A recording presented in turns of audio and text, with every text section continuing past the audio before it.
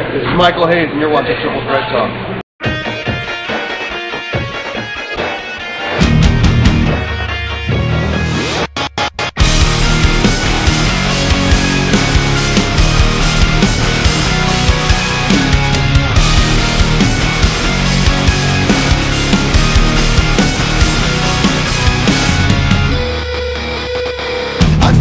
Away, I'm just a breath away, losing my faith today. Falling off the edge today. I am just a man, not superhuman. I'm not superhuman. Someone save me from the hate. It's just another war, just another family torn. Falling from my feet today. Just a step on the edge, just another day in the world we live. I need a hero to save me now.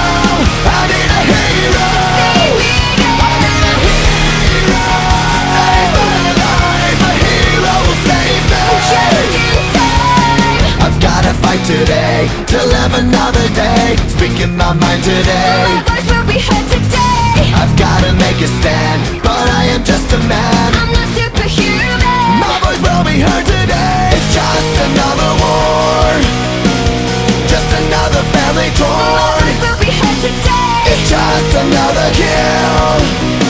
The countdown begins to destroy ourselves. I need a hero to save me now. I need a hero. Save me now. I need a hero to save my life. A hero will save me. Just in time. I need a hero to save my life. I need a hero just in time. Save me just in time. Save me just in time. Who's gonna fight for what's right? Who's gonna help us survive? We're in the fight of our lives. When I'm ready to die. Who's gonna fight for the weak? Who's gonna make them believe? I've got a hero living in me. I've gotta fight for what's right. Today I'm speaking my mind. If it kills me tonight, I will be ready to a die. hero's not afraid to give his life. A hero's gonna save me just in time. I need a hero to save me now. I need a hero. I need a hero to save my life. A hero will save me. I need a hero who's gonna fight for what's right. Who's gonna help us survive. I need a hero who's gonna fight for the weak. This is the best man I've ever met in my life.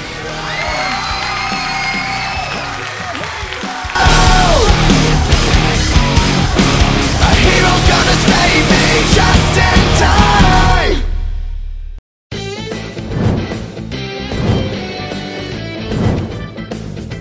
And welcome everyone to another exciting edition of Triple Threat Talk. What is that doing over there? Well, we tied this week, so I still get it. Oh, yeah, for 3 weeks now. Well, he won it 2 weeks ago.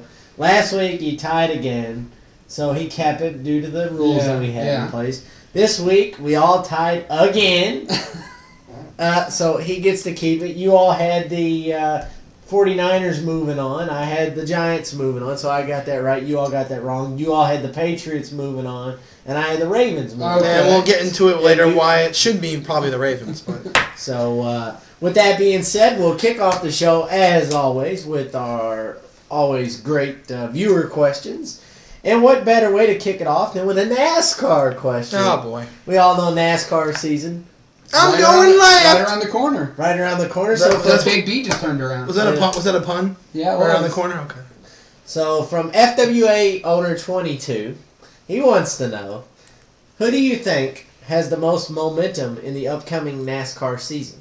Go ahead, take it. I know you want to That's answer. all you. I You're think the it's all guru of NASCAR. I think it's all the same answer anyway. Yeah, really. Well, I mean, I think it's obvious. I mean, I'm not trying to sound like, duh. But, Yeah, really. Tony Stewart, definitely. I mean, the guy wins 5 of the last 10 races, smokes the championship. No pun intended there. I think that's a pun. I think a pun was intended. He ends on one of the biggest high notes that you could possibly end on. They had NASCAR media tour all this week. He was the first media tour, and he said, I'm ready to go. Yeah. I wish Daytona was today. Right, I just want to get in the car and drive. He has a new crew chief this year, and Steve Addington. That should be very well. That should be a good addition for him.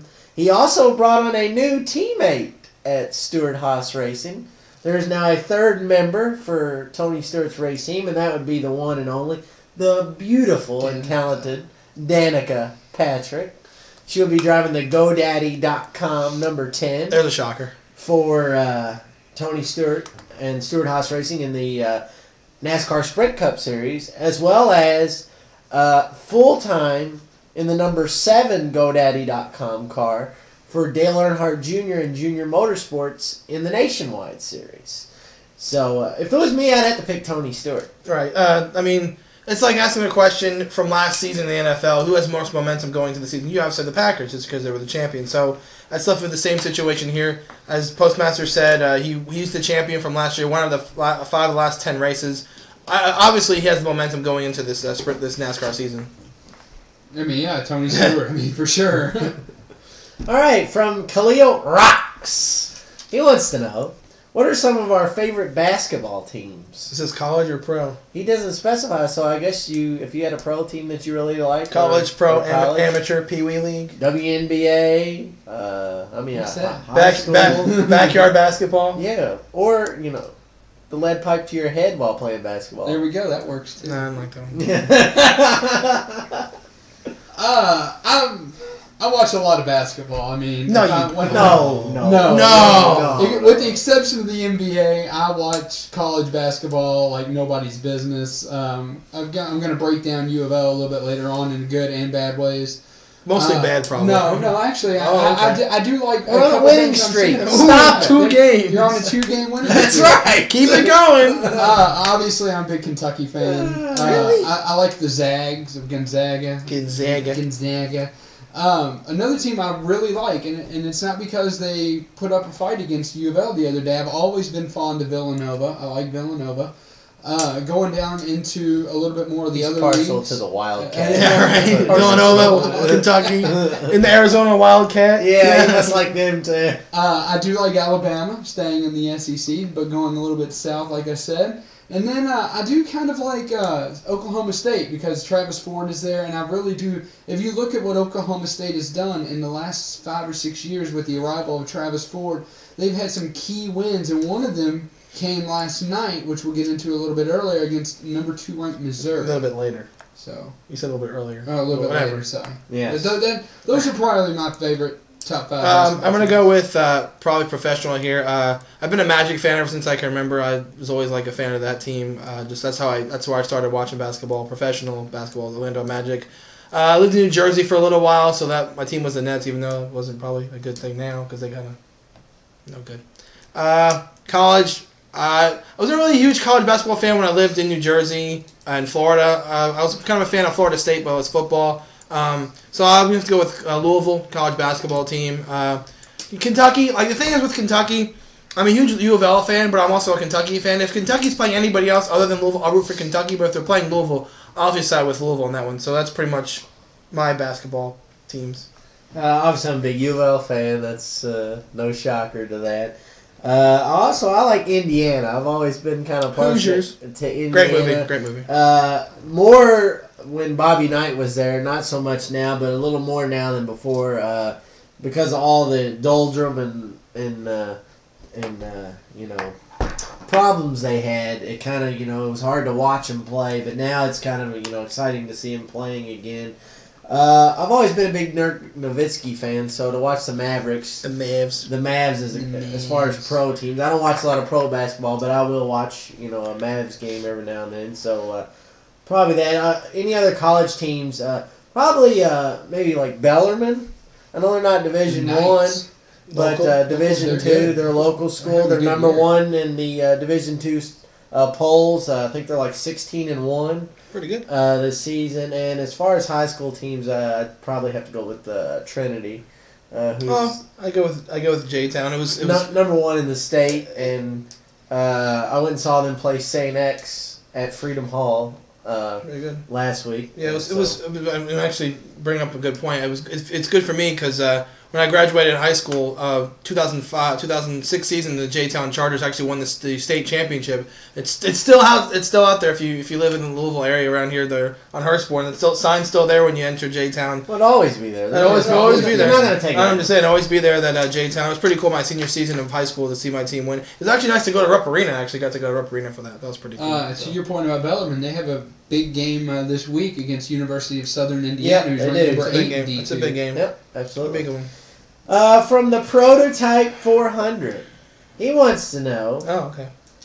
what are our thoughts on a tweener in wrestling? Tweener. And I'll explain. Okay, For go people ahead. that don't know, or maybe know but not quite sure, a tweener in wrestling would be somebody that's sort of a heel but sort of a face, kind of in the middle. As Like John Cena. Yeah. right, like our DWA listeners know, my character in DWA is probably more of a tweener, so I like the tween. I think there's definitely some room for him. Whenever you have the option to go, am I going to help this person out, or am I going to screw this person? What am I going to do here? Right. I definitely think it adds another kind of perspective. Like right now, Kane is getting cheered and booed, and it's really an anomaly because I think it's both halves of John Cena coming into fruition there. And I definitely think that there's a huge place for tweeners in the business. Yeah, I think tweeners are really important just because they're not for one side, they're not for another, they're right in the middle. I mean, that's obviously self-explanatory, but it's good to see someone like a tweener because you don't know if they're good or if they're bad. They're right in the middle, so it gives them a lot of leeway to see where they want to go, to see if they want to go the face route or they want to go the heel route. They have a lot of leeway to see where their character wants to go. I think a lot of times a tweener pulls off the best gimmicks. Oh, yeah. And the best promos and the best, mic work. Like CM Punk, for instance. There for a while, he was hated and loved at the same time. Or Chris Jericho, for that matter. Or John Cena, or like he said, Kane. A lot of times, tweeners they get the crowd going the most. I mean, because you get such a reaction both ways. You don't really know which way to turn. So, a little video game question here. If you could buy the rights to any video game character, who would you pick and build a series around? I think I would have to do Simon from Castlevania. Because, I mean, there's all sorts of zombie stuff coming out lately. Zombies and vampires and all that. And I definitely think that you could do a good Simon character these days. That sounds like a good one. I'm kind of stumped by that question because it's a really long-winded question just to think of, who would you pick? You'd probably pick Solid Snake. Eh? No. Really? I like Solid Snake. He would pick Guile from Street There Fighter. you go. Guile in a zombie game. Yeah. No, he said any video game character of the franchise. So to market around a character, it's tough because you have to fit with that specific genre and that type of character because it works with a specific type of game. Right. If I could pick a character to build a franchise around, I'm gonna go off this one. I might just make my own character to get my own ideas and build a franchise around that one. Not a specific character already out there, just to come up with my own and build the thing around that. Because when you make a game nowadays, you want to build a character that's a right fit for that kind of type of game. That's what I would do. So who would you pick? You did all that mumbling and jumbling. You danced around it like... And you know who a good character... I'm being serious here. You know who a good character for you? Because you like kind of to develop... You like to see what things... I'm a good writer. But you like to see where things can go and what has given a specific person. You know who I'm sitting here thinking would be a great character for you? Samus from Metroid. Okay. I definitely like... Because if you don't know, Samus is a female bounty hunter... But whenever you take it out, I mean, how did she get there? What did she do? Yeah. You can maybe expand on another story for that. And I think that would be. I agree. That's a good choice. It's tough. Like I said, it's tough to pick a question like that because if you take a character out of their element, like you said, Simon Belmont from Castlevania or Samus from Metroid, you put them in a different type of game, it'd be kind of difficult to work them around a specific type of game. But so. What about Miss Pac-Man? It's already been done. I know. I kid because I care. I do like this thing. That was an interesting question. Anyway. Video game character for me, I play a lot of sports games. I don't play I'd a say lot. Peyton Manning. Well, yeah, there you go. Peyton Manning does like Mario Brothers, or Peyton Manning does like Papa John's commercial. The Manning brothers, Eli and Peyton. yeah, like Peyton Manning does Final Fantasy. Peyton Manning does Kingdom of Hearts. I mean, I don't know. Peyton Manning does Grand Theft Auto. I have to say, I love the new Papa John's commercial. Yeah. Peyton? Hey, a man's got to work. Say Tails. All right, Anyway. here's another interesting question by Prototype 400. What flavor of Gatorade would you make? If you could create your own flavor of Gatorade, Oh my God. what would you make? I'm very. I love these questions, by the way. I'm going to say, Prototype, these are great questions. They're very interesting. The only two flavors of anything I would drink outside of, Pepsi and all that stuff are strawberry and grape. So, like, a grape berry, strawberry grape mixture. I drink a lot of flavors of Gatorade. I drink like fruit punch or the orange or the blue one. A lemon lime I don't mind doing. So maybe like a mixed berry flavor, like strawberry and watermelon. Maybe just like whole Snozberry, Yeah. twig and giggleberry. Gross. Oh, wait. I'd say like a blend of flavors. That's what I would use.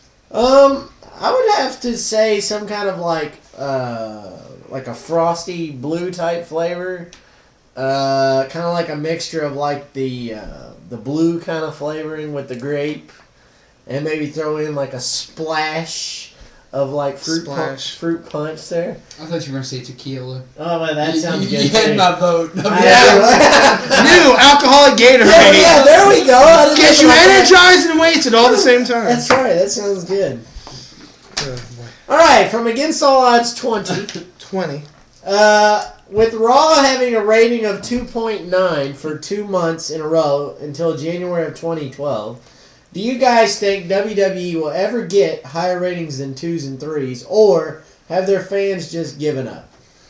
I don't think their fans have given up at all. I think what the fans are giving up on is SmackDown. I mean, SmackDown's on Friday nights. Anybody who knows anything about ratings knows that Friday is the death slot, as it were. So SmackDown's not going to have a whole lot of competition. So when they spin it out and say, and it is a good marketing move because a lot of people don't know that Friday's the death slot, but it is a good marketing move to say that SmackDown beat out all channels combined times 3. Yeah, because nothing's on. Yeah, because nothing's on. But with Raw, I don't think anybody's given up at all. I just think that recently you've had Monday Night Football on the net slot, and I'm guilty of it. I'll watch Monday Night Football as opposed to Raw and just flip back and forth. But I think the majority of TV sets in America are on football. It's tough because things are on during Raw's time slot. Like I know, like not many people watch the show, but for example, Paterno was on during Raw the first hour. People, and I heard that got fantastic ratings. Yeah. There's a new show on called Alcatraz. I checked it out. That might get good ratings. Fox gets good ratings on Monday nights. That's their big time slot.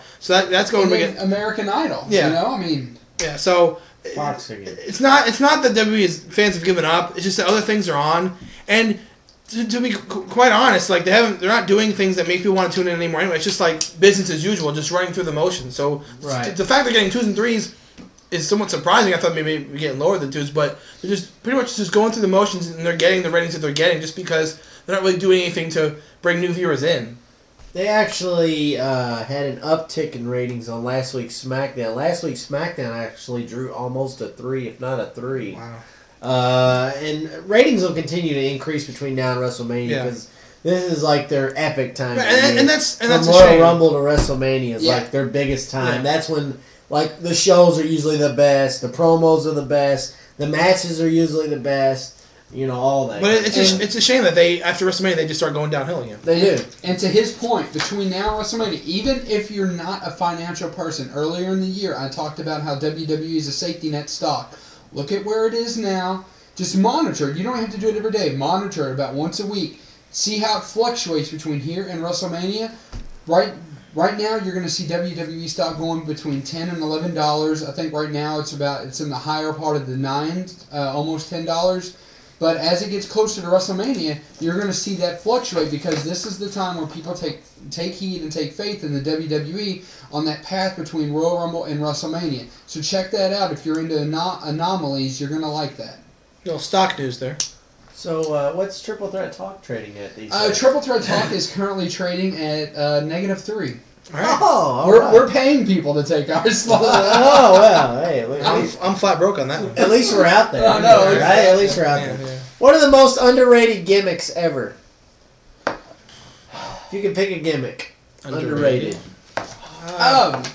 We talked about it the last couple of weeks. I don't even know why I didn't think of this sooner. Drew McIntyre. I mean, What's his gimmick? His gimmick is the save. The chosen one? The chosen one. And I definitely think that Yeah. that has some play, and they're not utilizing it because we've all seen Drew McIntyre be great. Yeah, I mean, I like him. I still like him, even though right now he's not doing much. He's fired. Almost. Pretty much, and I think that that was a great gimmick, a great underrated gimmick that just didn't go anywhere. Yeah. And then recently, actually, John Morrison in this King of Parkour thing, or Prince of Parkour, they gave him 3 months on that, and then he's out. Yeah. That was definitely underrated. I agree with the Drew McIntyre thing. When you have someone come in and chosen by Mr. McMahon himself, the chosen one, and he's an Intercontinental champion once, and then let's put him in a gimmick where he does nothing and then he's fired. So that was kind of interesting. Underrated gimmick. I think an underrated gimmick. I'm trying to go someone like old school, like way back when. Maybe like Kane, because not like attitude, not like when he first started, but I mean like recently. Like, why would they take the mask off? That made Kane interesting. So, and you think about it, they thought that was underrated because they took the mask away from him. That was his identity. Kane's identity was the mask. When he took it off, I don't really think anybody cared about Kane, to be honest with you. And you can even go further back when you're saying old school, like Roddy Piper. I mean, yeah, he was a great superstar, but he was never the champion. Yeah. Mr. Perfect. Yeah, he was a great superstar, Never but he was champion. never the champion. Right. Yeah. I think I'm going to please Big V a little bit here with my next comment. Oh, God. Don't say it. I think the Cody Rhodes mirror gimmick is kind of underrated. You, sir, are epic. And I'm not saying this to jokingly say it. I'm being serious. I mean, they made him out to be, like he's not just dashing. And, he come out and with the whole, Rev Dammit. Kind of like a Ravishing Rick Rude type in a way. And then, they totally went away with it with that mask. Yeah.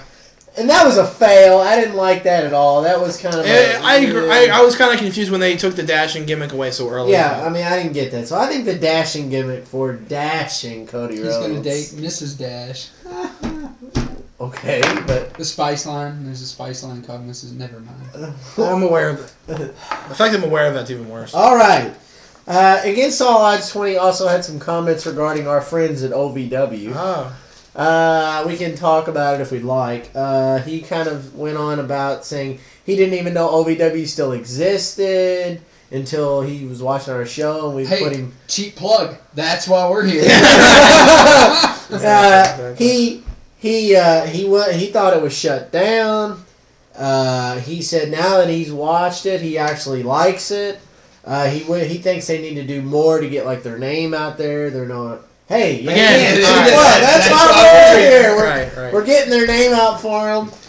He said they should do better promos, which they are doing. Yeah, They're doing a lot of that. That Steel Cage Apocalypse promo was amazing. That's actually out on their shop right now, which I need to pick up. Next week from this February 4th is another Saturday night special.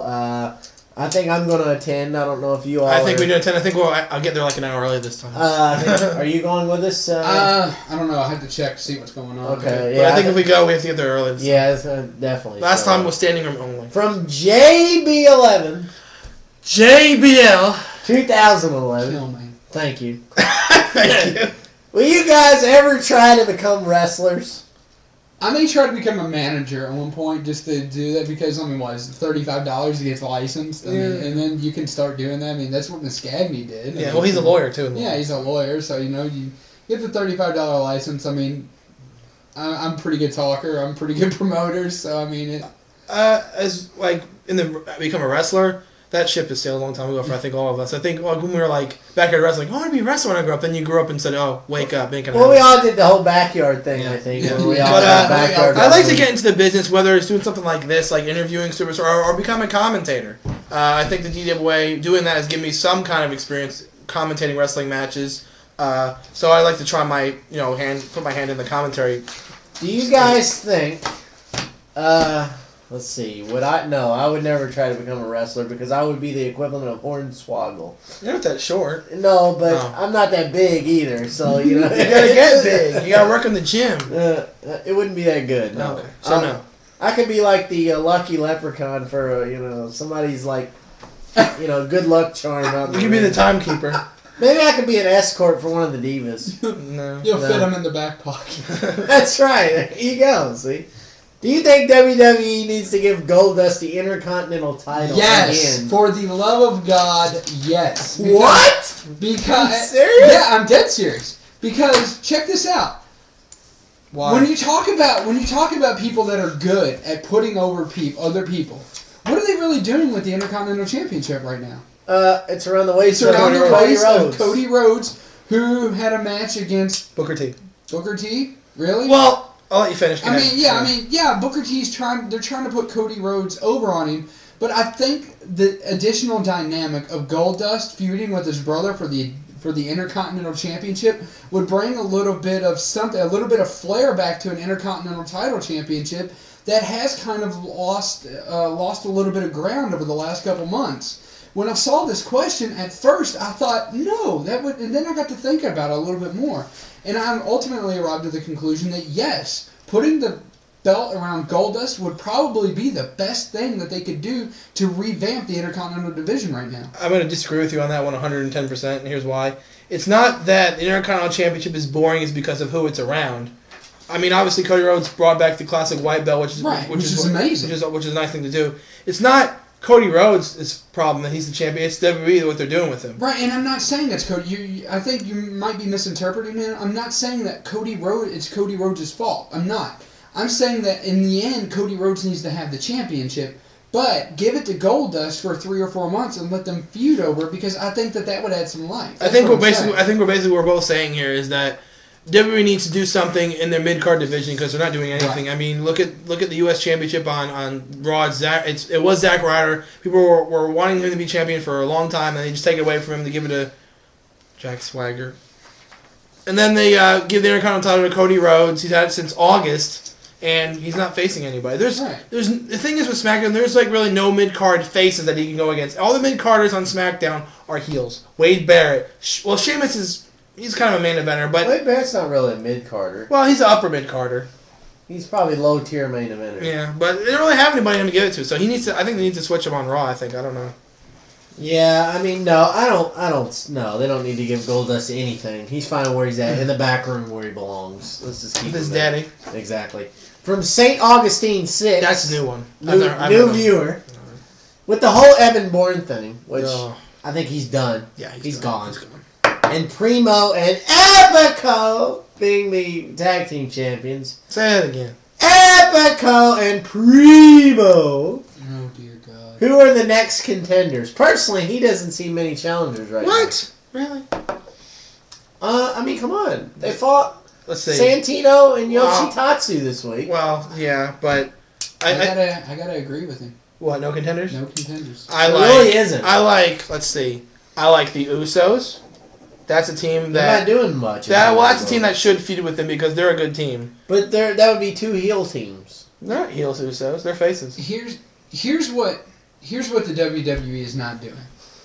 What they are doing is making, hey, John Cena, go tag with CM Punk. Like a 1 or 2 time tag team. Well, that's it. They've always done that. But my point is, though, what they're not doing is keeping teams together. We've said it before on these teams. I mean, Crime Time was probably one of the best. Crime Time was epic. One of the best tag teams I've seen in a long time. Crime Time was really good. We saw JTG take a huge fall to Funkasaurus a couple. Hey, whoa, wait a minute. You watch your tongue. Yeah, no berating the Funkasaurus on this show. No berating of the Funkasaurus. I'm not berating it. I'm just saying what they've done to Crime Time is just ridiculous. I mean, I don't know how many... If they want a solid tag team division, they have got to keep these tag teams together for longer periods of time. I mean, like I said, I think the Usos are the only other team that you can do. It was kind of a shame to the Hart Dynasty. They broke up. They're both... ridiculous. Taylor Hart Smith is gone and Tyson Kidd's doing their thing. So The tag team division. Demolition's not walking through that door.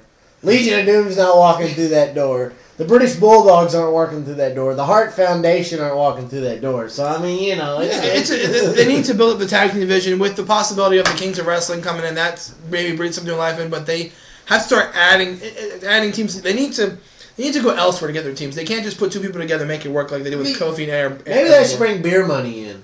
They said, it's actually bringing up a good point. They're looking at people they want to get into WWE. I heard RVD might be one person. They said originally they were going to bring in Robert Roode and James Storm. RVD would end up like Evan Bourne. Well, I was going to say, they were going to bring in Robert Roode and James Storm as singles guys, but they no longer wanted them as a singles team. So maybe singles guys. So maybe they'll bring in Beer Money as a team. For God's sakes, it was wrestling tights. He has RVD 420. I mean, come on. I think also what they need to do about this is maybe reach into some of the other independent organizations, because here at OVW, chill out. Hey, hang on there, chill. Here at OVW, they have currently a great tag team in Mr. Pactacular and Marcus Anthony. And OMG. Team OMG should definitely be in WWE. Yes. They're both really good. Johnny Spade's been in OVW a long time. But one that I definitely want to focus on is one that did go to WWE, and that's Eminem. They were working out until Mercury got his nose broken and had to start wearing that mask, and that's when it kind of started going downhill for Eminem. And then you had Miz and Morrison and so on and so forth. And that was a good tag team. Miz and Morrison was a good tag team, but I think Eminem was better because they had the chemistry. They worked together since OVW with Melina right then and there. They came up like that, and I think that was a great team. I think the bottom line on this question is, it's not the 80s or the 90s anymore. You're not going to see a team come in and be teams the whole time, like the Legion of Doom and Demolition were. It's just not going to happen anymore.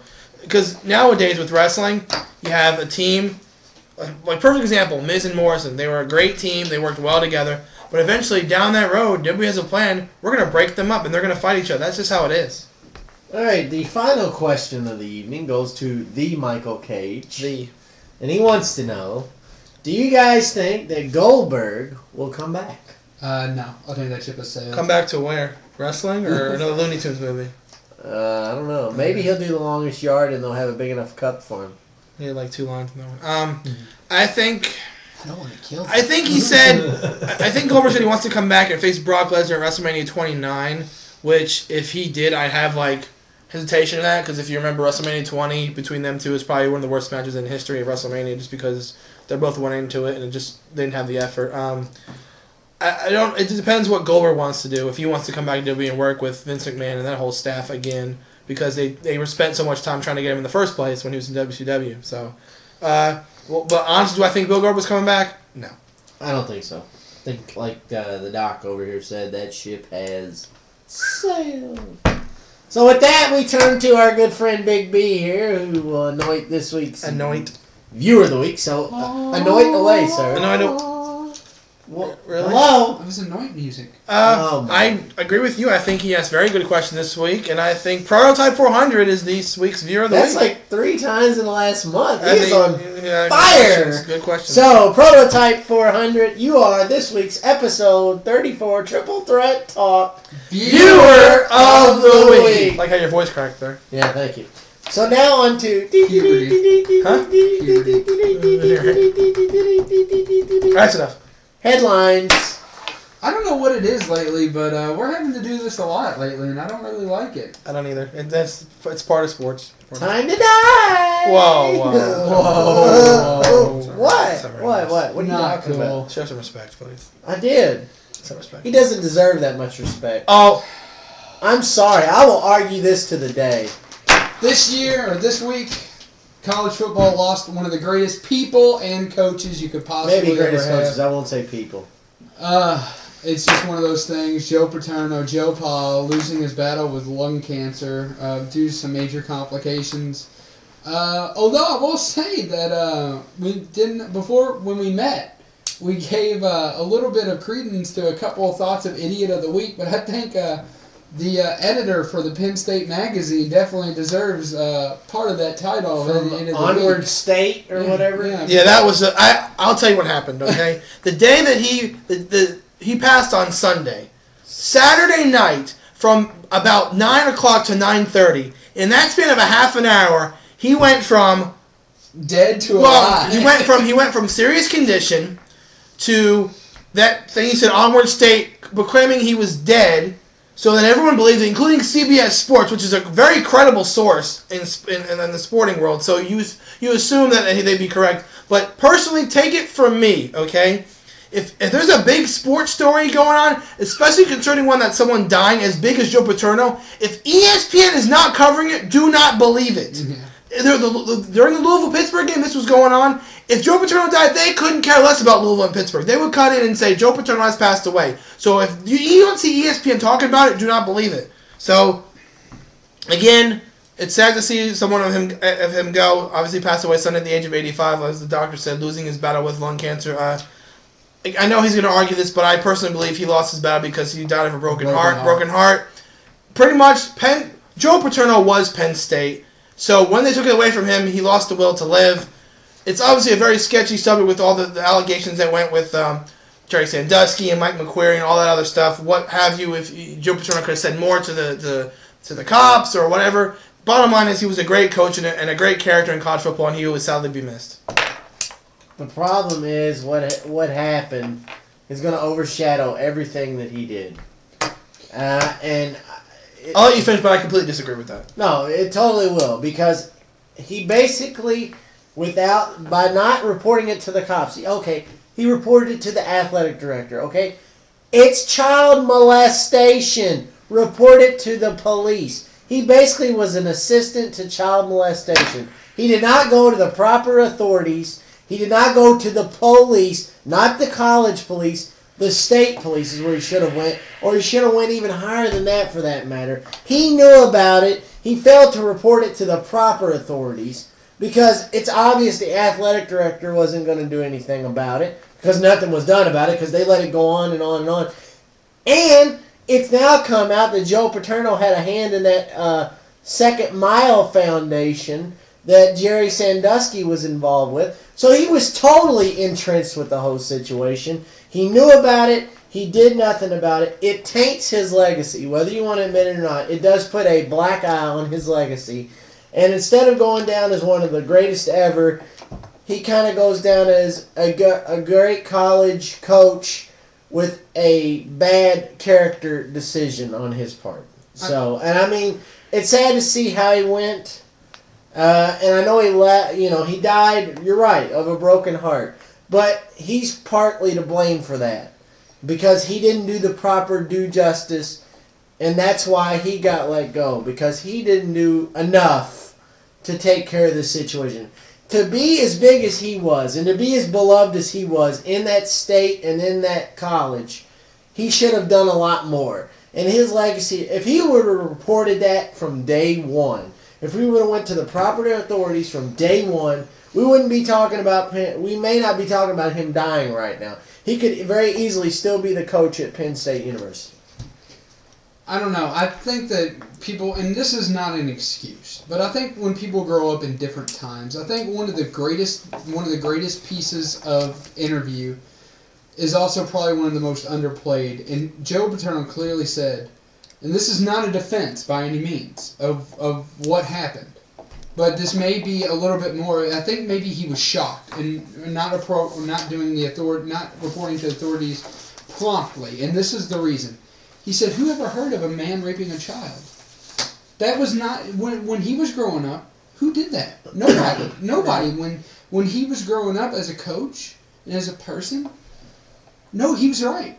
Who heard of that? Nobody did that. And now, as society has gone into more perversions, I think that it's a little bit, sadly, it's a little bit more commonplace than we'd like it to be. But I think that was one of the things that I think maybe he was shocked more than anything, because he did report, he did everything he could do legally, and the Penn State records of the whole transgression shows that clearly, that he did everything legally he could do. Legally. Not morally, but legally. He did, in fact, do everything he could do 100% legally. And I think that that's a big underplayed thing. And I think, like I said, now that it's come out, and it is one of the most underplayed pieces of any interview, and I think that's just so the media could run with it. and that is once and for all Joe P saying, "Who ever heard of a man raping a child?" Right. And I think that is huge, because I don't think he honestly believed that it could happen, especially not less to him. Right. Let's move on here. All right, well, moving on from that, some breaking news today out of the NFL. So, who did you say you wanted last week? Let me get to that. You totally interrupted me. That happened the other day. Breaking news out of the NFL today. The Tampa Bay Buccaneers hired Rutgers coach Greg Schiano I think it's a good pickup. to a 5-year deal. So the Bucs now have their coach. They need one bad. The Rams, who hired Jeff Fisher last week, who we talked about. The Dolphins are still without a head coach. But then they had Joe Philbin.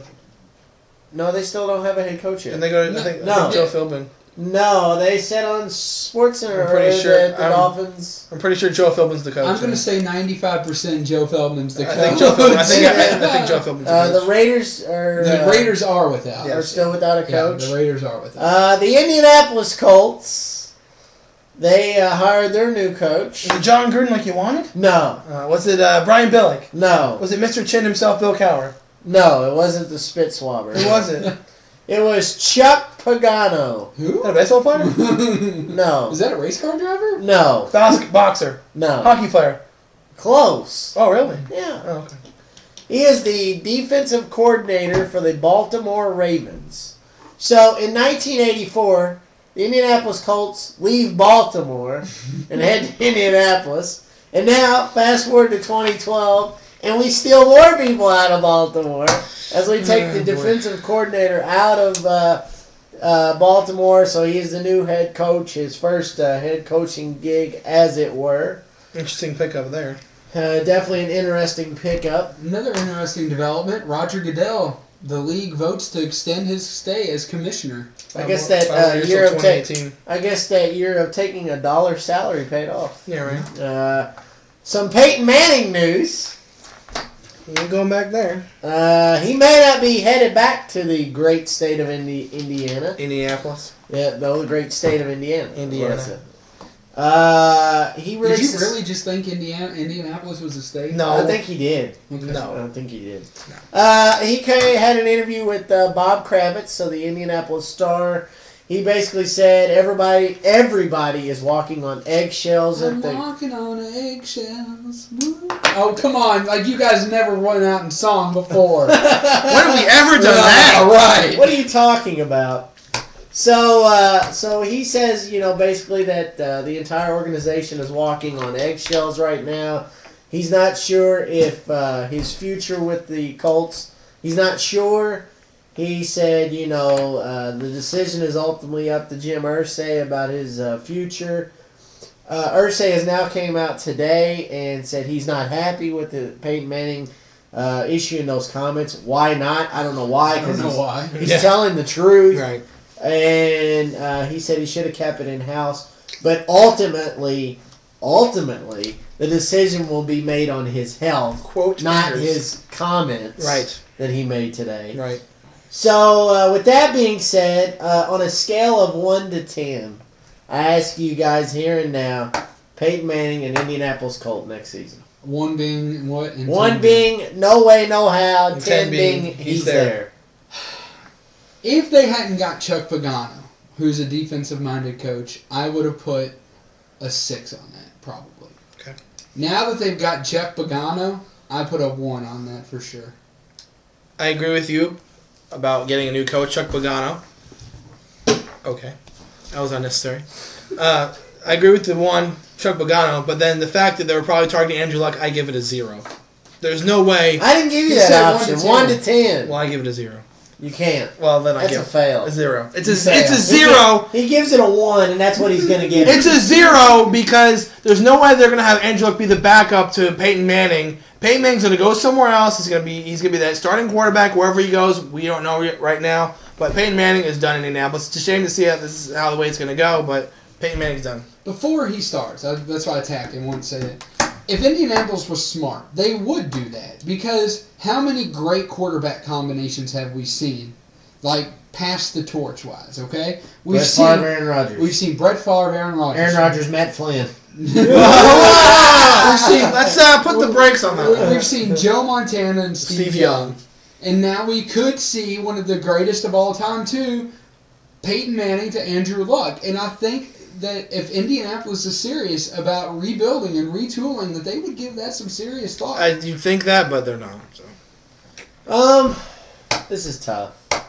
This is tough. It's tough to see him go, right? This is tough all the way around. But like I've told them a bunch of times, I'm more of a Peyton Manning fan than I am a Colts fan at the end of the day. So I can have a new Niner fan next year. Oh, God. If Peyton Manning becomes a Niner, you will see me in Niners gear. Oh, no. Be out 2-1. So here's the thing. If that happens, Big B may spontaneously combust on the set. I'll have to deal with them twice a year when they play Seattle. It's the end of Big B as we know it. First it was the Big Show, now it's Peyton Manning going to the Niners. Oh, good. Oh my God, Big B, you would just, I don't know, you might die right there on set. Be the end of it. We'd have to get Anna Kournikova in here to give you mouth-to-mouth resuscitation to wake you up. He's like, oh, maybe that wouldn't be so bad. Peyton, go to He's like, maybe I can do that. So, Peyton Manning out of Indy, 1-10, I give it a 1. He's done. So, moving on from that, we turn it over to our tennis guru. As it is, that would be the doctor. Oh, wait. No. He's as much a guru in tennis as you are in bowling. Hey, you know what? You're bowling shoe ugly, so shut your face. You know. So that's funny. We turn it to our tennis expert, as it were, our resident Andre Agassi on set, Mr. Big B. Big B, take it away with the Australian Open. Okay, well, I'm going to cover a couple stories after I get through the draw, and he's got one to talk about, too, and actually, surprising, he does.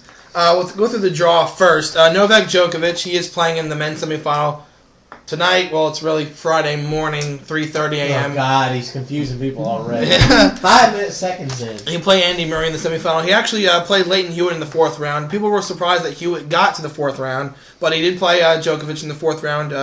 Hewitt did win a set, which is the first time Djokovic gave up a set all tournament. So he did win that in four. He did win that in 4 sets. Serena Williams eliminated. She got just annihilated off the court by I know I'm going to butcher this name. Ekaterina Makarova, I think that's right. She beat her 6-2, 6. Macaroni and cheese? Sounds like a foreign country that Russia used to own. Serena Williams just got destroyed off the court, 6-2, 6-3. She just looked, I don't know, she just maybe lost focus, I don't know. You remember, she doesn't like tennis anyway. Yeah, right. And then the big one of the biggest rivalries in all of sports, and definitely has captivated the men's game. Federer and Nadal had another match last night. Federer did beat Nadal way back when, the year-end championships at the end of the year, 6-3, 6-0 on a hard court. This is kind of similar. The court plays a little bit different in Australia. It plays a little bit quicker, which favors Nadal. Federer did win the first set 7-6, but Federer made a lot of errors.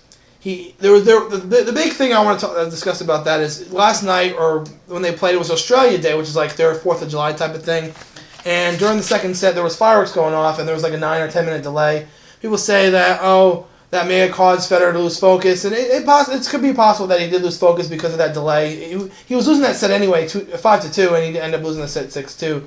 But people could say that may have he lost his focus. But he did come back in the third and fourth set, play tough sets against Nadal, taking the third set to a tiebreak, losing that one. In the fourth set, he lost to Nadal. And then Djokovic and Murray, as I said, they'll play 3:30 a.m. on Friday. I like Djokovic in that one. The women's final is going to be Victoria Azarenka and Maria Sharapova, which could possibly be the loudest final in women's history, just because those two grunts are like break the sound barrier. I'm pretty sure Azarenka has gotten a point penalty before for her grunting. Before you go any further, yeah, you said you watched Conan last night. I tried to watch part of it. Yeah. Okay, at the beginning of Conan, did you watch? Did you watch? Okay. No. Well, at the beginning of Conan on Wednesday night, as it were. He had a thing that is it the WTA? Women's tennis, yeah. No. What? What do they call it? The professional ranks. ATP? Okay, the ATP is now putting a ban. I'm sure this was all a joke, obviously. Sure a ban on the way that the guys and the women grunt and make noises during, when they're serving. Yeah. So it showed different clips and different clips. Well, then it got to this woman, 2 women playing tennis. It didn't say it was. It just were playing. And then instead of having the girls going, ah! It was going, bitch! And they were saying the B word. It was like, beach! Beach! But I thought that was funny. There's still a little tennis humor in there. Tennis humor. And then, like I said, the women's final is going to be Victoria Azarenka and Maria Sharapova. There's going to be a new champion. Azarenka beat Kim Clijsters, and Sharapova got her revenge over the Wimbledon final. The Wimbledon champion Petra Kvitova winning that in 3 sets. The men's final, I like Djokovic to beat Murray again, and I think it's. I was telling them off before we filmed why they didn't have Nadal and Federer and Djokovic and Murray play on the same day, both semifinals on the same day, baffles me. That gives Nadal an extra day to rest, and a fresh Nadal is a scary Nadal because he's just so powerful. So Murray and Djokovic are going to play at 3:30 on Friday. I think Djokovic is going to win, and Nadal has an extra day to rest. That's going to definitely help him. And Djokovic did have Nadal's number last year, but I think in the end Djokovic is going to win again. I think Djokovic is going to the Australian Open. Now, it's who I was going to cover earlier. First, you had the topic to talk about. Marcos Baghdad with his little racket. Yeah, how many freaking tennis rackets can a guy break on the sideline? I don't remember why he did that, but he broke 4. 2 of them are still in the plastic. Yeah, I'm sitting there like, what could these tennis rackets have possibly have done to make this guy so angry? I mean, I caught freaking tennis. I caught 2 highlights in tennis over the last week when flipping through channels. That was one of them. The other one was what Big B's going to talk about next. Yeah. And I actually saw this. We're going to show 2 clips here. They're going to go back to back. So take a look at both clips and see what you think. This is at 1:30. Thomas serving 5-all. No court to work with. He goes straight down the middle of the court and tags him. This used to happen a lot, and players are all fine with him. That was not a short, easy put-away ball. That still had to be hit. Listen to the roar that Goldberg's getting as he leaves the court.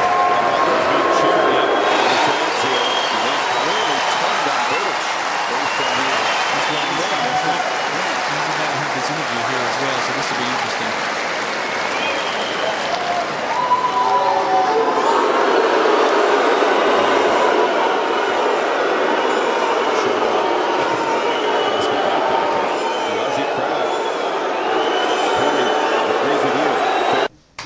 Ouch. So first you see the clip of Almagro, the Spaniard, hitting the shot off the line. He didn't mean to hit him. It was obviously an accident. Believe me, I've done it, and I've gotten it done to me. It's not intentional. It's part of the game. So he did that, and he tried to apologize. You saw him trying to apologize, and Berdych wouldn't have any of it. So the match concludes. Berdych is the winner. He wants, and if you know anything about like sportsmanship in tennis, they shake each other's hand to show a sign of respect, say good match, whatever they say at the net. That's whatever they say. Mm-hmm. But they didn't shake his hand, which is, in my opinion, a poor sign of sportsmanship on Berdych's part. And you heard in that clip, the crowd let him have it, and I think deservedly so. I think so too. I mean, there's just no call for it. Obviously, it's an accident because by that logic, anytime one of these guys hits a bird, they do it on purpose. Right. I mean, seriously, it was obviously an accident. Yeah, absolutely. So that is our Australian Open update and coverage for the week. And when we get back next week, there will be a women's champion and a men's champion. So that should be interesting. We will talk about that on next week. Before we move on to NCAA basketball. One headline that we failed to mention. Big news out of Major League Baseball this week. Oh, yeah. The Detroit Tigers signed Prince Fielder to a 9-year, $214 million contract. So the Detroit Tigers are definitely the front runner for the AL Central. Yeah, really. And very well could be World Series contenders. Yeah, they got Verlander. They have the greatest pitcher in Major League Baseball in Justin Verlander. They have Miguel Cabrera. Now they have Prince Fielder. And they've also got a very good rotation. They have Max Scherzer, Doug Fister. So they got a very... What? Stop it. Just stop it right now. Child. So they have a very good pitching rotation. Yeah. They got an awesome hitting lineup now. So I'm sure the Yankees will go out and buy a couple more people, though. Yeah, maybe so. But they look like a front runner. And again, for those of you who don't know, Miguel Cabrera did play first base, but he's willing to move to third so Prince Fielder can play first. It's funny you bring up the Yankees. And I was sitting there watching ESPN before we started filming, and one of my favorite Sports Center commercials, you know how they have the Sports Center commercials, is the one where Jorge Posadas walking down the hall and they're like, hip, hip, Jorge! I'm partial to the one with Drew Brees. That's good. The gate is narrow! With the Mardi Gras float. What do you want me to do? I can't get through. The gate is narrow! Or the one where the Boston Celtics are all there and they're making fun of them. Hey, There's ones with... Did you guys decide to dress up the same? There's a million. There's one with Sharapova and Stuart Scott having the faux tennis balls. Roger Federer. Yeah. Stone Cold Steve Austin where he gets hit with a chair to wake him up. There's a bunch of them. They're hilarious. They're hilarious. Good job, man. One thing I will mention, if you're a fan, the X Games, Winter X Games, kicks off tonight in Aspen, Colorado, as it were. So if you're a fan of the extreme snowboarding or extreme tennis, extreme tennis, I got tennis on mine. A court with a ring of fire. So if you're a fan of the Flying Tomato, Shaun White, or Lindsey Vonn, or I that. am a fan of Hey. Lindsey Vonn. Hey. Watch it. I do like watching it. What he likes watching her whatever she does, skiing or snowboarding. I'm sure he does. Or ice skating. So the extreme version of the Winter Olympics starts tonight in Aspen, Colorado. So if you're into that, definitely check that out. By the way, there's no Mary Swanson. We've already checked. So right here, Samson, I was way off. I can go all day. So now we will go to our resident NCAA basketball guru, the doctor, who has some basketball news. If you thought last week was bad in college basketball upsets, this week might have topped it. It started really with Virginia Tech beating number 19 Virginia 47-45, which was a pretty low-scoring game. Sounds like a high school game. I know, right? Arkansas then beats Michigan, ranked number 20 at 66-64. Tennessee with a huge win. Yeah, UConn's only number 24, but Tennessee is terrible. Yeah, UConn just... One thing about that Michigan game, to backtrack a moment, Michigan was down 18. They were down 18 points. They came all the way back, and actually a 3 went in and back out at the buzzer to win the game. And here's the thing: what Michigan did, they broke down not offensively toward the end of the game. They broke down defensively. They let Arkansas really get in and really penetrate their zone, and it's one of those things that when you look at it, when you go back and look at it, it's a coach's worst nightmare because you have the game on the ropes, you have the game won. If they find a way to pick out the 2-3 zone, go to a 1-3-1. Make them earn their points on the inside, put your tall man on the center, on the glass, and have your 3 guards and 1 forward out front. I mean, It's that simple. When you break 2-3, you go to 1-3-1. Or man-to-man. It's one of the two. Arkansas then, like I said, Tennessee, beats number 24 UConn 60-57.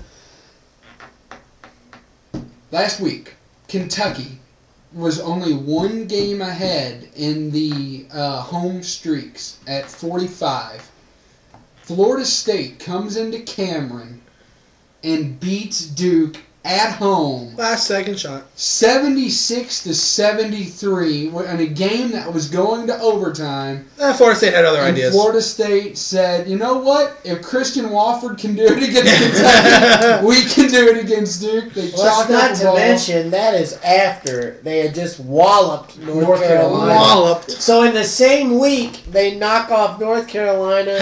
And Duke at Duke. When the NCAA tournament rolls around, they're going to be looking at Florida State, giving them a good seed. And this is the same Florida State team that lost to both Harvard and Princeton. Harvard's not a bad win. Harvard's not a bad loss. No. But Princeton is. They've lost to 2 Ivy League schools and then come back and done that, and now they are ranked number 17. Well, you look. I was gonna say when they do the bracket selection and they have the whole big special on ESPN, they talk about it. They have their credible wins and their disappointing losses. Obviously, credible wins you put up there is North Carolina and Duke, and then losses you probably have to say Harvard and Princeton. Right. So and then Notre Dame does off number 1 Syracuse 67. They didn't do them off. They absolutely You're not gonna win a game. And I watched this game. You're not gonna win a game. And then first of all, they didn't even look like a number 1 team. No, they looked like number 101. They did. They were shot 35% from the floor. You're not going to win that way. They played at Notre Dame. It was unbelievable. I mean, Syracuse was behind at one point by like 20, I believe. They got it down close, but I mean, Notre Dame was in control the whole game, all first half. And Syracuse didn't deserve to all win, the second half. Syracuse just absolutely looked lost. Yeah. They looked like they didn't belong. Jack Cooley played absolutely phenomenal for Notre Dame. I said he looks like Luke Herringoti's twin brother. He does. I mean, they got they got the same haircut, they got the same kind of look, the same kind of shot set. They got the same jaw set. I mean, it's weird. I mean, it's a clone. It's a clone. It's like they both have the same talent, which is amazing. So hats off to Notre Dame. For sure.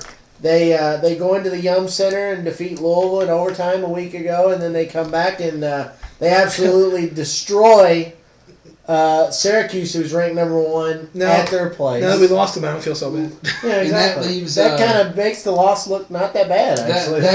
That leaves Murray State as the lone undefeated, and Murray State will go undefeated the rest of the season. They're ranked number 10 right now, right? They're ranked number 9. 9, they moved up. They're number 9, and I don't see them losing a game until they play the first round of the NCAA tournament. Then they'll lose. Yeah. Oklahoma State gets it together and beats Missouri last night, 79-72. That means Missouri is no longer number 2, but this week they are. Right. UK beats Georgia and Alabama. Georgia 57-44. Alabama was a good game, 77-71. But that was close the whole game. This was an Alabama team that was ranked 12th preseason. They had a couple stumbles. This wouldn't even be looked at as a close. I mean, this wouldn't even be looked at as a close call because, in a bad way. I mean, because Alabama is clearly a good team. They want to get into the tournament this year because last year they were screwed by not being allowed into the tournament. And then U of L is on a 2-game winning streak, beating Pitt 73-62 at Pitt. Pitt's and terrible. Villanova 84-74 at the Yum Center in a game where I can say the officials must have been blind because there were clearly some hits. Kyle Keurig definitely got hit in the back a few times by elbows, and no fouls were called. Peyton Siva got mauled 3 or 4 times. He got mauled. It was crazy. I do want to talk. I'm going to lay down the top 5, and then I want to revisit U of L here because they've got some things I want to talk about with U of L. Number 5, the top 5 in this week changed. Number 1, UK. Number 2, Mizzou. Number 3, Syracuse. Number 4, Ohio State. Number 5, Kansas. And that's your top 5. I want to get into U of L a little bit. Do we have to? I think we do. I think what you see here is a team that you don't know what you're going to expect. And it's not on here. It's up here. Oh. Darn it. Damn it. Now we'll never know. Kevin Ware is now out of the equation. We figured this. So, U of L has gone from being 9 people deep at the beginning of the season to now 6 people deep with Russ Smith coming off the bench. So, I think what this is going to equivalent to is this. When you see, you know how they have, and U of L, for my money, does have one of the best full court presses in college basketball. They really do. And you just can't do that with 6 people, or with 6 people now. I mean, 5 people on the court, but when you have one person rotating in with Russ Smith, you can't keep that kind of pressure up the whole game, or you're going to get mugged. So, although I do love the new lineup, you have Gorgie Ding at center. Shane Bohannon. You have Shane Bohannon, Peyton Siva, Kyle Keurig, and Chris Smith. Yeah, and that is a very good lineup. I like that lineup. And here's what you're going to see more of. You're going to see Paterno do what he hates, and that is going away from the full court press into the 2-3 zone. And I think maybe even some 1-3-1 with Gorky down center, down low off the glass. And I also have to say this. I'm very impressed by the chemistry that I'm noticing between Gorky Zhang and Shane Bohannon in the last couple games. Very good. They've got a thing going on, and I think that if you see this continue to develop, you're going to see U of L make some serious runs. I don't see them going deep in the Big East tournament. I do see them making it to the Sweet 16 in the Big Dance, and I know you're saying, how's that possible? Here's what I'm talking about, because in the Big East tournament, you're going to be playing people that have figured out this chemistry. In the Big Dance, you're going to be playing people that, how do we deal with this? This freshman guy in Gorky Zhang going off like this. How do you deal with that? And I think that that's going to help them more so when it comes to the big dance as opposed to their conference tournament. The one thing I'm seeing with U of L, actually there's two things. I said I was going to give it to them good and bad. Two bad things. One, they are probably individually, with the exception of Gorky Zhang and Shane Bohannon. So that's 4 or 5 people on the team that are probably the most selfish basketball players in all of NCAA basketball. They do not like to pass. Peyton Siva never meant a shot he didn't like. And it's one of those things that they've got to stop. That's Peyton Sosa. That's Edgar Sosa's counterpart. That's his little twin brother. Yeah, exactly. The other thing is this. I don't think that for 1 second that anybody else in the entire Big East has any kind of retrospect on what is going to happen with U of L as it comes down to it, because right now they're ranked number 9. They're tied for 9th. They are 1 game away out of 4th. That means you've got to start picking it up. I don't think they notice a sense of urgency with their season, and I don't like that. It's the fact that they're just going out there and playing and not developing. They had a players-only meeting that was called by the senior Chris Smith, and since that players-only meeting, they went 3-1. Right. They've definitely turned the corner somehow. But you've got to say they played Pittsburgh. I know, but a win on the road is still good. I know. That's true. A win on the road in conference is good no matter who it is. Right. While that is true, the other 2 wins are DePaul and Villanova at home. So that's I realize that. Yeah, but so I mean, I get what you're saying. That road win right there, no matter who it is a good. Is a good thing. But you can't really stake too much on it overall. No, I'm not saying that. I'm just saying that whenever you go, no matter like Kentucky, even though Georgia's not that great, winning at Georgia is a good win because it's a road conference win. Right. So and one thing I want to say about Kentucky, I want to give a little sugar to, and that is Anthony Davis for breaking the single-season shot blocking record. We still got, 10, 12 regular season games left? He has 96 blocks already. It's unbelievable. That's more than certain teams up to this point. Actually, a lot of teams. The record was, 84?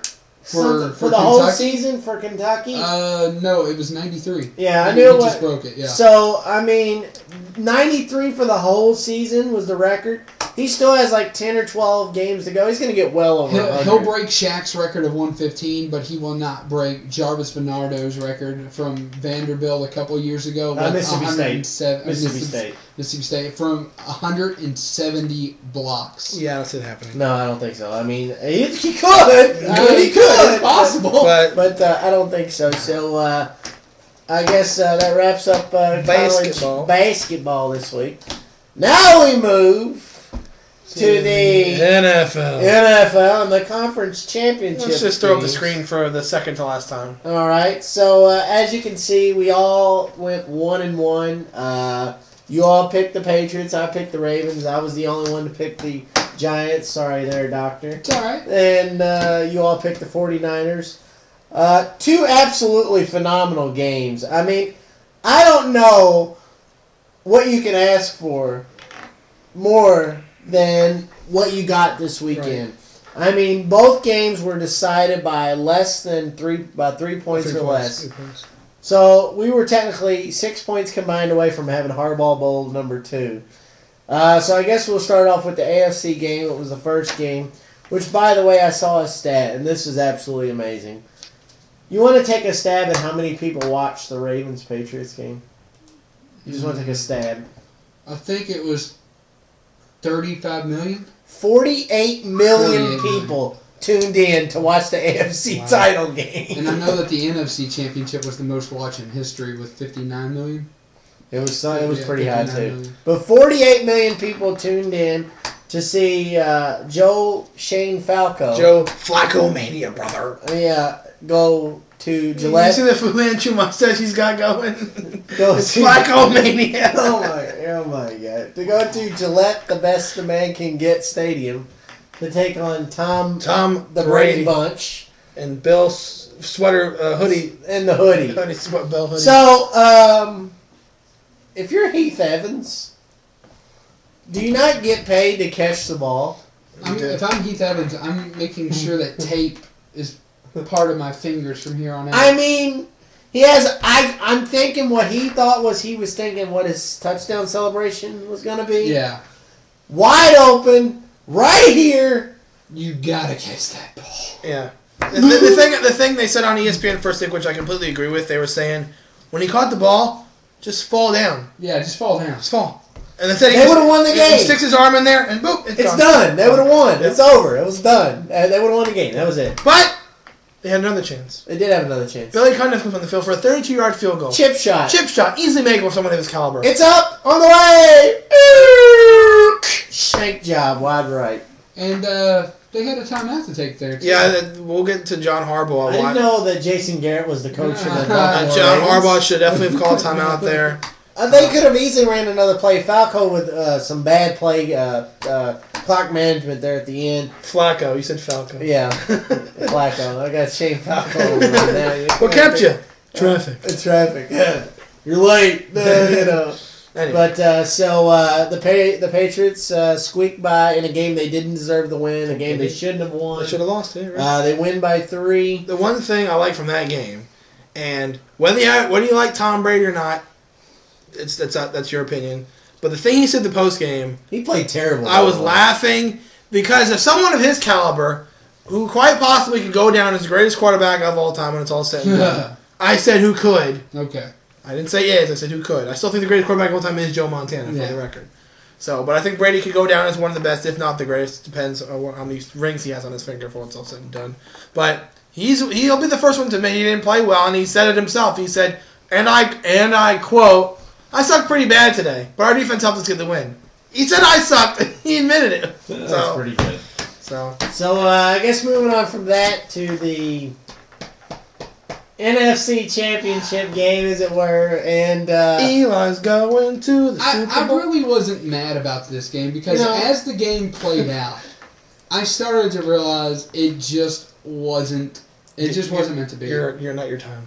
And you know, you're talking about a defense that San Francisco's defense averages 2.5 turnovers a game throughout the year, and we're still cleaning up the water outside from this mess. And there was none. I know, right? There were no turnovers. I mean, wait a minute. There were several turnovers. Oh yeah, just there were several turnovers. Come on. Not on San Francisco's side. No, I mean, so the game is absolutely nip and tuck all the way. Defenses were both playing out their arse. It come down overtime to special teams play. This game was not won or lost on offense or defense. This game was lost on special teams. Well, I would disagree on that just because Victor Cruz played outstanding. He gave them. He did. But he didn't get any touchdowns. I know, but he had like 140 yards. Maybe I think it was like 180. He had a lot. He had a lot of yards, but he put them in position. He maybe put them in a couple good field goal ranges, but Giants still. So if you're the punt returner for the 49ers and a ball is coming your way that you might not catch, what do? You Move! You get out of the way. No. I'm gonna let it touch my knee. You're gonna let your knee graze your knee. Sounds like a good idea. And the thing is, as crazy as that play was, it should have been a touchdown for the Giants, but it wasn't. No, it shouldn't have. It turned into a touchdown, but it shouldn't have been. It shouldn't have been. The rule states that if he picked it up and fumbled it, they could run it back. Right. But if it just touches him, it's a dead ball. Okay. The rule clearly is because that is the rule. If it just touches him and they grab it, the ball's dead where it lands. But if he'd have had it in his hand and dropped it, they could have picked it up and ran it in. That would have counted as a touchdown. But in that case, no. So he has one bad flub up, and then the Giants march down and score. Of course. Then he has another, but that didn't cost him any points. He just has something where he drops the ball, but he dove right on it, and then goes right on it. And then he has a hell of a run back later on, a kickoff return, a hell of a kickoff return, and then a hell of a punt return, and then we go to overtime. And overtime is back and forth. I was starting to wonder if we were going to see another overtime. Right. Here's the thing. I was really here's the thing. You can make an argument for overtime with one with another field goal, but the Niners had a legitimate chance to win that game. They did. They did. And the defense stepped up for the Giants. No, the play calling was abysmal. I told him, and he totally agreed. When they got down, why do you run three straight Alex Smith passes? Why not run the ball? They're doing the They're doing the reverse Denver. You give the ball to Frank Gore. I didn't get that. Take some time off the clock, for God's sake. That was dumb. I think they called John Fox and said, "What should we not do?" Because what you were going to do then is you were going to run into territory because David Akers can hit it from the 35-yard line. He can boot that thing. I mean, I didn't get that at all. He totally agreed with me. Some bad play calling. So we get a kickoff or a punt to the 49ers. Nick Williams is running the ball up. Kyle Williams, thank you. Running the ball up and look out. Another fumble, and that one was the backbreaker. And I knew as soon as he fumbled and the Giants recovered, I said, it's over. I said, Lawrence Tynes. They ran a couple plays. Made the game winner in snowy Lombardi. Lambeau, he's not missing this one. One thing I want to say about the Giants when they won that game, a very, very smart play by Eli Manning. It was, I think, second or third down. He takes the ball, he takes the snap, and he goes... centers it, which was very smart. Yeah, it was very smart play. And it also shows them that Tom Coughlin knows the elements of Candlestick Park, because if you know anything, like any other stadium in the NFL, the longest field goal ever made is over 60 yards. Right. Candlestick Park, the longest made is 55 yards, which is why if you were watching that game and they recovered at the 30-yard line, that fumble, that's why they didn't immediately kick the ball. Right. You have to get close at Candlestick Park. Very smart. Are we sure that that was Eli Manning at quarterback there at the end? Because the way as dirty and as jacked up as his jersey was at the end of the night, I mean, they said it. They basically just threw away his jersey because that thing was stretched out. It was ripped. It was filthy. It was a dirty game. It looked like a mud pile. It was a dirty game. It was a pouring rain. Yeah. But in the end, the G-Men, the New York Football Giants, are going bowling, as it were. They're going to the Super Bowl in a rematch of one of the greatest Super Bowls of all time. Super Bowl 42? Super Bowl 42, where David Tyree makes the catch, the greatest catch, one of the greatest catches I've ever seen. We won't give out our predictions this week. But I will say this. I do want to see some cha-cha dancing in the end zone Super Bowl. I do want to see some cha-cha. We will definitely give out our projections and predictions for next week when it is. You got to think about this one. It's not easy. So it's not right now the spread's 2.5 for New England. So, you know. And the over/under is 55.5. I might have to get on that spread. I might have to go under. So what? Really? You think so? I think you got to go over just because of New England's defense alone. Yeah, I think New England. If Eli Manning keeps playing the way he's playing, he's going to torch. Well, I think New England's defense played really well against Baltimore. They stepped up big time. If it wasn't for that defense, New England would have gotten crushed. Yeah, but Baltimore doesn't have a quarterback. Joe Flacco's not that Eli bad. Manning is way better than Joe Flacco. What about Ray Rice? He's a beast. Okay, that's true, but still, Eli Manning is way better than Joe Flacco. I think New England's defense isn't getting enough credit. I think they're better than the ranking shows them. So that wraps it up for the NFL. What about the Pro Bowl? Really? You want to talk about it? The Fail Bowl. No, it's called the Fail Bowl because it's terrible. Because they go all the way to number one. It shouldn't be this week. It should be after the Super Bowl. I will agree. Why they have it this week is dumb. But I will say this: something did happen because of Eli Manning and Tom Brady in the Super Bowl. It's the NFC roster that I will watch the Pro Bowl now. Cam Newton is replacing Eli Manning. I actually want to see how he plays. Did you see who's replacing Tom Brady? Andy Dalton. The redheaded stepchild. The redhead rifle. The redhead rifle. Yeah, that's what they call him. Anyway. So, moving on from that, a little NHL news. We have NHL news. I wasn't aware of this. Alex Ovechkin, if you saw it, it was all over the news, was suspended several games for a blatant vicious hit on the Pittsburgh Penguins player into the boards. He was suspended, I think, 3 games, I believe. So he's decided that since it's the All-Star break and he's one of the All-Stars selected, that he's not going to the All-Star game. Okay. He says, my heart's not in it. I'm suspended. Whatever. I totally disagree. Yeah. Dude, you're an All-Star. You're one of the faces of the NHL. Can he even play if he's suspended in the All-Star Yes, he can play in the All-Star game. He was selected, He was selected. He's just suspended from regular season play. Yeah. But don't use that as an excuse. That's such a cheap cop-out. Yep. he should definitely play. Not only for he should play definitely for the fans who want to see him. That's for sure. A couple things of note: the Detroit Red Wings. Red Wings. Thank you. The Red Wings. The Red Wings. I can't say that. Sound like They're getting married. Kripke from Big Bang Theory. The Detroit Red Wings. They have won an unprecedented 17. What's the West of Want? Can't find a West of Want. I didn't know Elmer Fudd was in it. Be very, very quiet. I'm hunting rabbit. Anyway. 17 straight victories at home. 17 straight victories at home for the Red Wings heading into the All-Star break. But to me, the hottest team in the NHL right now... Calgary Flames? No. Probably the Nashville Predators. I mean, you're thinking, what? Nashville? Nashville? In the last 15... Playoffs? In the last 15 games, they're 13-2. Wow. So, that's pretty hot. Heading into the All-Star break, they've won 13 of their last 15, including like 9 in a row. Pretty good. Pecorine is playing absolutely phenomenal. Shea Weber, Mike Fisher, the husband of country music star Carrie Underwood. That team has definitely got it pointed in the right direction. She's very nice. They beat the Blackhawks twice in 3 nights. That's a good one. That's a good one. Blackhawks went down. Little NHL news for you guys, and now we move on to OVW. So our resident OVW guru, Big B, will anoint some OVW. Well, before we go into that, you notice we didn't do an interview this week. We had to change it up this week. We meant to do it last week, but because of the interview with Muhammad Ali Fayez, we didn't think it would blend well. So this week, as you saw in the beginning of the show, we had a special tribute to Michael Hayes, who was one of our favorite guys that we know from OVW. His wrestling career is over, but as we set up when we said he was gone, Danny Davis said he has an opportunity for him that he wanted to discuss. So wanted to put that together for you because we're all big fans of Michael Hayes, and obviously we'll put that on Facebook as well. Hopefully, Mike, you will see that. So OVW this week, OMG. OMG? LMFAO. No, just OMG. Okay. LOL. No. ROFL. Copter. Raffle copter. STFU. Whoa. So OMG You can't say that. That's politically Censored. Censored. You can't say that. You have to say AA.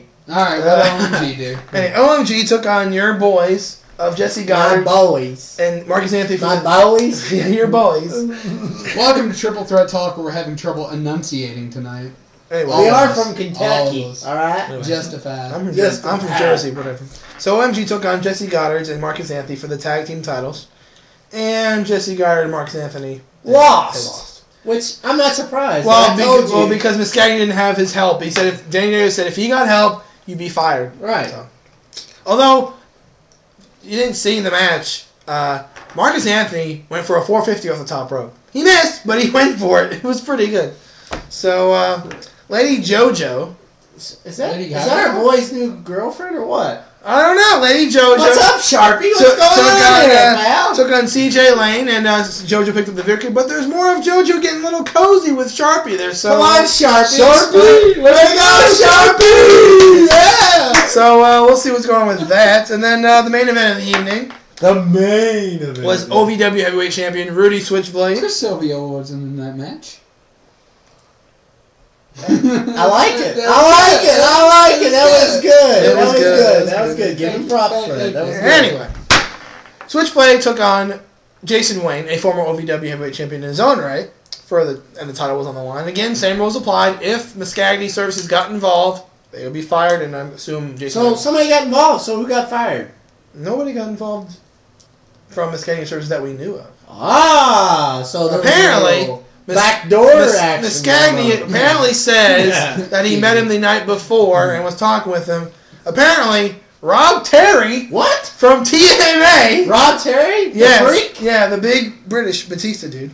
The freak Rob Terry. Came out and assaulted Jason Wasn't he Orlando Jordan's boyfriend? I don't know about that. I don't know. Anyway, that's TNA. That's a whole other realm of... That's a whole other realm. That's a whole other show for another day. We still have time. Anyway, so he assaulted Jason Wayne, and it led to Rudy Switchblade's victory. And Jason Wayne was mad. He came back in the ring and he yelled and said, "You're not going to just come from TNA." He said TNA on the air, so it's all out there now. So he said, "You're not going to come from TNA and take me out." Well, he came back and he took him out. Jason Wayne got laid out by Rob Terry. So that was OVW for this week. Again, we want to thank OVW for everything they do for us. Go to ovwrestling.com, check out the show each and every week. If you live in the Louisville area, check out Insight Channel 138 WKYI, Saturdays at 1 o'clock and 9 o'clock. It's only getting better. Just check out OVW. I mean, seriously. So, I guess moving on from that will be WWE. Last weeks before the Royal Rumble. SmackDown. Teddy Long set up a World Championship match. Daniel Bryan versus The Big Show. Exactly. Do I want to say Symbols Supplier Big Show wins? I don't think so. Blah! It's all blah. Brodus Clay defeated Vicky Guerrero in a dance-off. Blah. And then William Regal tried to invoke his dance moves, only to get laid out by the Funkasaurus. Oh. Poor guy. Blah. Santino Marella fights Drew McIntyre. You're thinking, okay, so what? It was in a blindfold match. Drew McIntyre was blindfolded. So was Santino. And Santino was blindfolded. And if Drew McIntyre lost, he was fired. Well, guess what? He won? No. Oh. Santino wins. He beats... So then, wait a minute. You were saying earlier about Drew McIntyre facing someone on SmackDown. Wait a minute. You can't say that. You already did. Did I? You did earlier. You said he Oh, fought... okay. Yes. He somebody. fought Sheamus, and Sheamus picked up the victory. So I thought Drew McIntyre was fired. I don't know. I guess there was a loop in the clause. I think Drew McIntyre's going to Raw. Maybe since he's supposedly the chosen one, Vince let him back in. I don't know. Anyway. Yeah, so that's about it for SmackDown. Thank God. We're on to Monday Night Raw. So The Miz would fight Little Jimmy. I know you're going to get that shirt. I know you are. No, I know you That are. shirt is on. I know you'll get that shirt. If you don't know, on the front it says Little Jimmy, and on the back it says you about to get got. I guarantee you, one of these episodes you will see Paul Spencer with that shirt on. That shirt is epic. Mark my words on that one. So, John Arnott. Thank you. The Miz and R-Truth were having a scuttlebutt in the back room. Laurinaitis couldn't think. Whoa, whoa, He whoa. couldn't think. Scuzzlebuzz, isn't that thing from South Park? Scuttlebutt. Oh, okay. Not Scuzzle. Scuttle. Oh, okay. And Laurinaitis couldn't think. He said, all right, bring it up. You know, he says, you two are going to be in a match tonight. And the loser will be the #1 entrant into the Royal Rumble. So it was a very good match. And R-Truth picked up the win. He got over on The Miz. Well deserved. I think it's about time they let R-Truth get over on The Miz. If they do The Miz, first man in, last man standing, I'm going to be extremely upset. It's not going to happen. You don't have to worry about that. Not good. No. So I'm so mad that the other guy did it. So Chris Jericho has a voice. Apparently. And then, they said, let him speak. And he said He finally 5 words. spoke. He said at the Royal Rumble on Sunday. Well, before that, I was telling him on the phone earlier. People want him to talk for weeks, and he wasn't doing it. He wouldn't And then do it. he says this Sunday, and the crowd The explodes. crowd was absolutely ballistic. I mean, nuts. It's like this Sunday, yeah. This Sunday at Royal Rumble, it will be the end of the world as you know it. And that's all he said. Bye. And he was bringing out the high road. He had the new Geritron And he didn't shoot the gun. 5,000, that 6,000. was a fail. What's up with that? He couldn't load it. So, the Funkasaurus. What'd you say over there? What? What? What? Huh? I What? thought it was ridiculous. Okay. Okay. So, the Funkasaurus fights Moo Heath Slider. His drink The of choice one- the is one-man true. rock band. The one-man rock band Heath Slider. So, he gets funkified. He gets flattened like a pancake. Should I get him? Or flattened like a flapjack. Should I get him? He did. He did get him, and he beat him. So, John Laurinaitis. Well, John Cena comes out to start the show with CM Punk, and you're thinking, oh, God, what What could now? this be? Well, apparently Cena was still in a foul mood about the way Zack Ryder was screwed last week. So, John Laurinaitis comes out and says, fine. He's not getting his rematch tonight, however, he will be in a match against Kane in a Falls Count Anywhere match. Do you think the And if John Cena interfered in any way, then Zack Ryder would never, and I mean never, get a U.S. title match again. Little Jericho for you there, buddy. But, Zack Hold Ryder, one armbar. Zack Ryder's dead.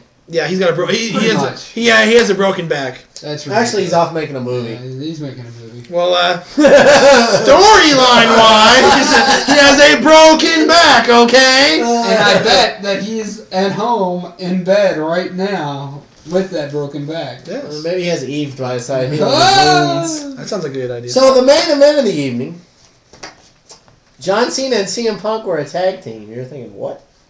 So they took on Jack Swagger And Dolph Ziggler. Dolph Ziggler. Yes. So yet again, thanks to John Laurinaitis, CM Punk and Cena lose the match with a little help of the tight pulling. And then John Laurinaitis decided to take a little nap. Yeah, he did kind of go to sleep. He was gonna fight CM Punk. Yes, he He was. was gonna fight him. But then we got some pretty good news, actually.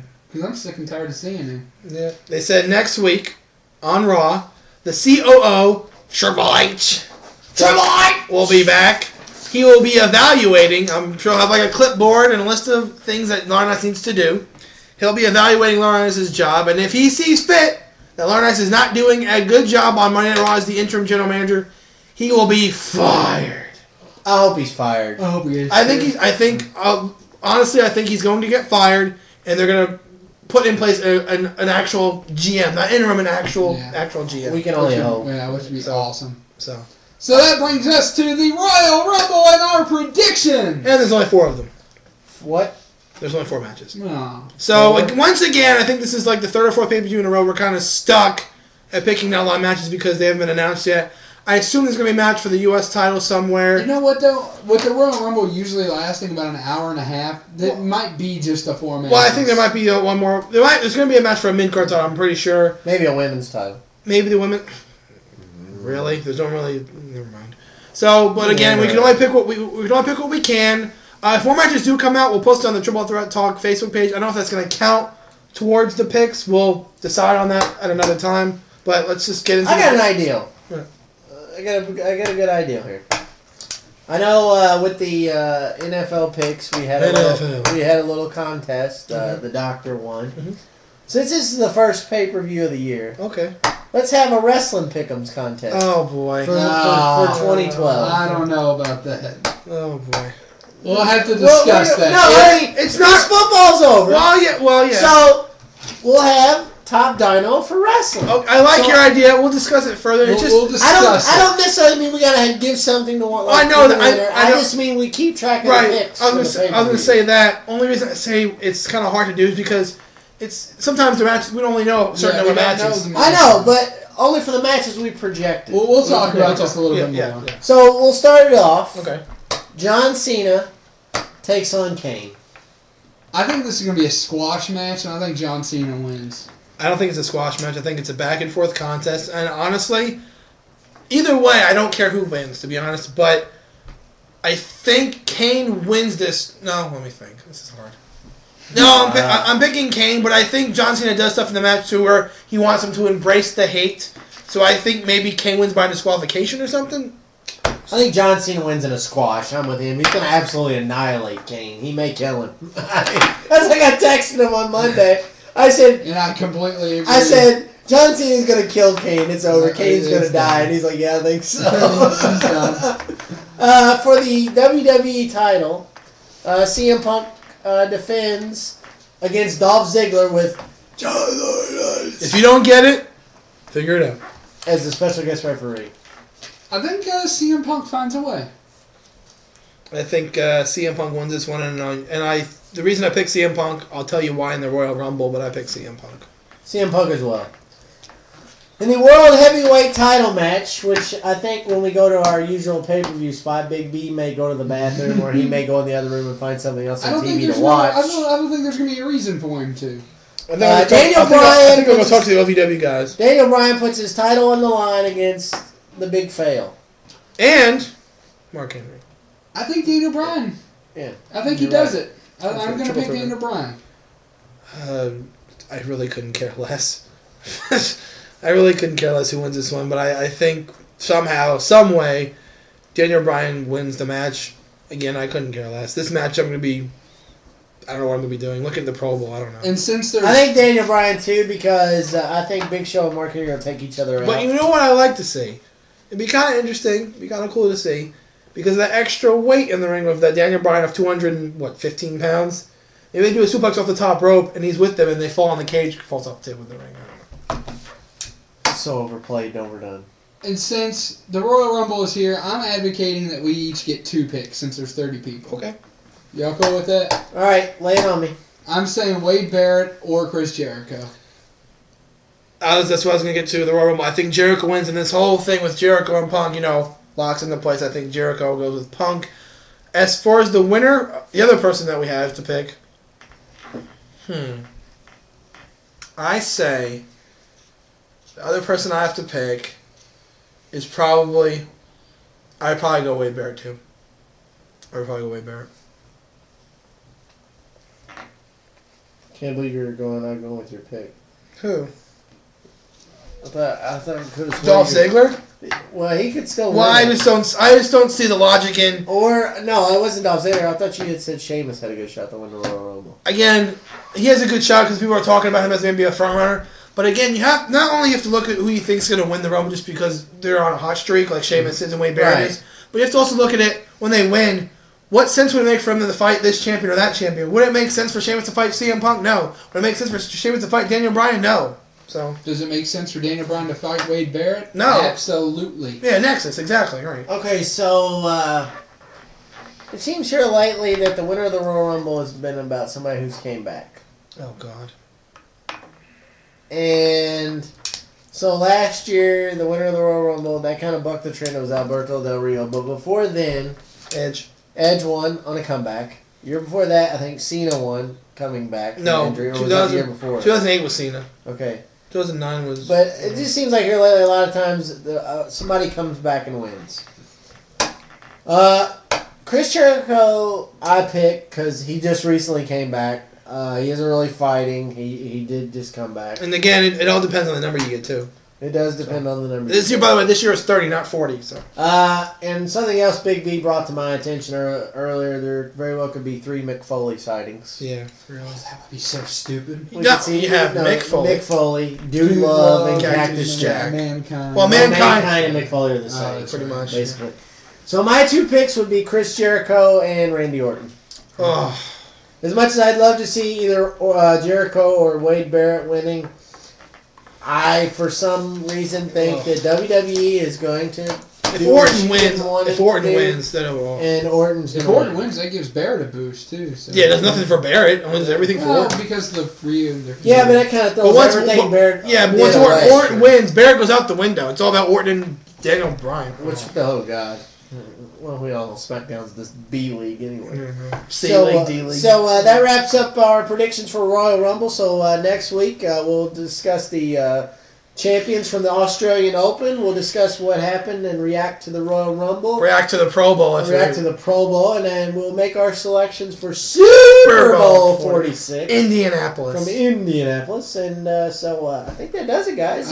Wild card. Do you have a wild card this week? I did. I actually put some thought. I didn't actually have a wild card, so I went with some cheers and jeers again, which are a lot better than last week's cheers and jeers, which admittedly were lame. They were lame. So I gave it some thought this week, and I thought you actually gave something some thought. Yeah, I didn't think you knew how to do that. No, did you? No. Yeah, well. So I got 4 of them here. Okay. 2 cheers, 2 jeers. No.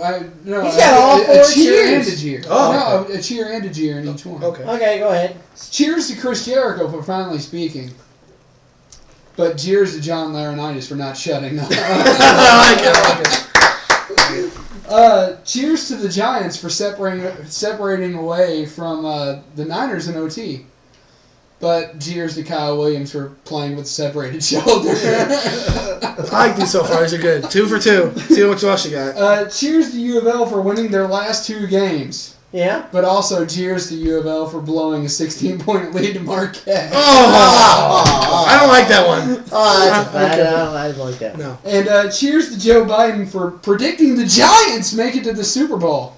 But cheers for doing it in San Francisco. By the way, I'm not going to get political here. I actually did watch a little bit of the State of the Union address. I did too. I am not lying. I swear to you, I will pound this desk over and over. Easy fella. I swear to you, I thought Joe Biden was tweeting during his press. I am not kidding. He was like this. I swear, he was on his head down, looking like he's looking at the phone. The one thing about the State of the Union address, because I did watch part of it as well. What did you think of the joke Obama made? I might not have heard it. About the spilt milk? No, I didn't hear that. It was pretty.